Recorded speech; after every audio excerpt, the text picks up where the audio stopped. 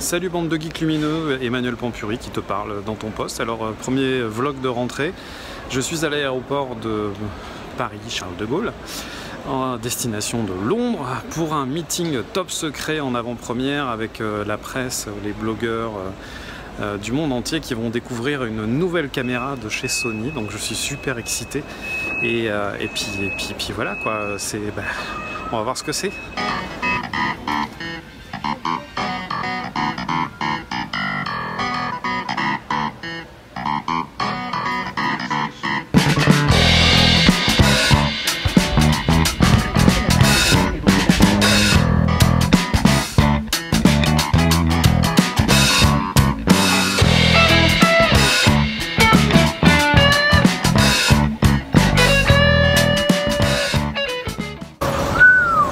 Bon ben voilà, ça y est, je suis arrivé à Londres, direction le taxi et l'hôtel pour faire un dodo avant la présentation.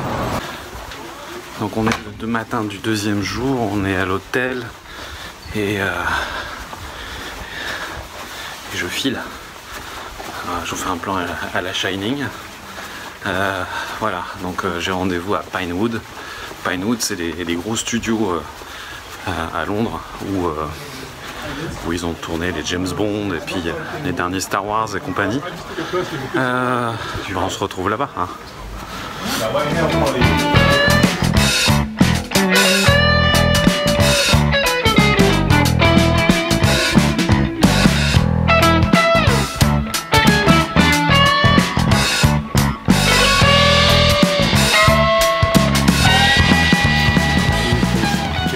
Say hello to your French audience. Hello to my French audience. Do I have a French audience? Ah, you got some French guy, you know. You finally have to help us translate Cinema 5D to French. How much you pay? Not enough. It just depends on the business model. We can make it work. You're still in beta test? Fast shoot because everyone was punching. I need to step back.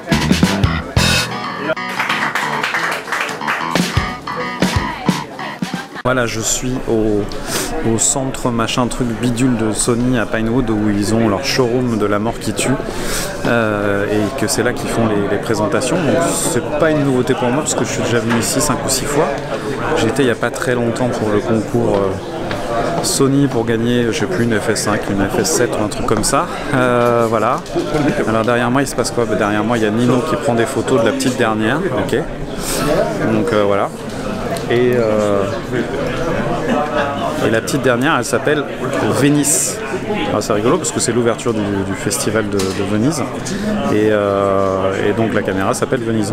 C'est bien que ça s'appelle, que ce soit un nom un petit peu plus poétique, un peu plus sympathique, que pour une fois Sony propose quelque chose d'un peu, je vais pas dire original, mais un peu plus littéraire, un peu moins scientifique. Voilà, j'ai trouvé un super projecteur qui me donne un joli teint, n'est-ce pas? Donc je vais rester là pour vous parler et on va aller voir tout de suite cette Venice.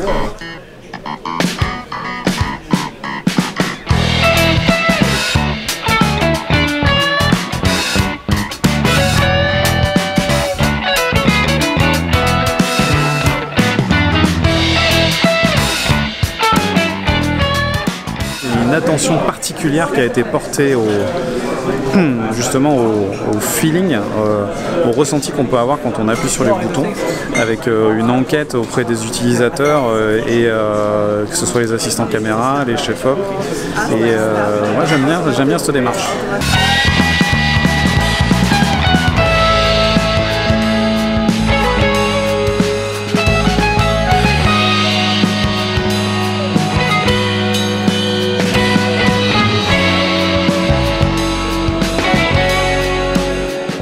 On est toujours chez Sony et il vient de se passer un truc assez rigolo, c'est que au détour des couloirs, j'ai croisé ce monsieur. My name is Hiroyuki Matsushita from Sony. I am taking care of consumer digital imaging products planning.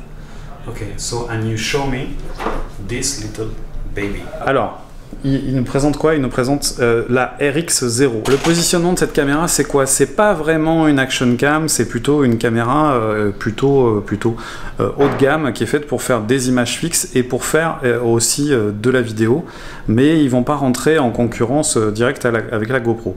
Ça me fait un peu penser à ce que fait DxO avec la DxO One, par exemple. Ça cible plus les photographes, et il y a une fonction qui est hyper intéressante, c'est qu'ils ils permettent de faire des systèmes de bullet time, vous savez, comme dans Matrix, et on va pouvoir synchroniser comme ça via un système Wi-Fi et aussi via un système filaire plein de caméras pour pouvoir faire du stop motion et des trucs assez dingos. Avec un objectif Zeiss, un équivalent 24 mm qui ouvre à f4, et c'est une caméra qui est hyper robuste, qui supporte 200 kg de pression. Donc la caméra, elle est étanche à 10 mètres, ok, naturellement, et il y a des petits accessoires, notamment ici un caisson qui va en faire rêver plus d'un, qui permet de descendre 100 meters. À 100 mètres de profondeur. Il est lourd, il est en aluminium, c'est super bien foutu, c'est super joli. J'ai rarement vu ça. Ils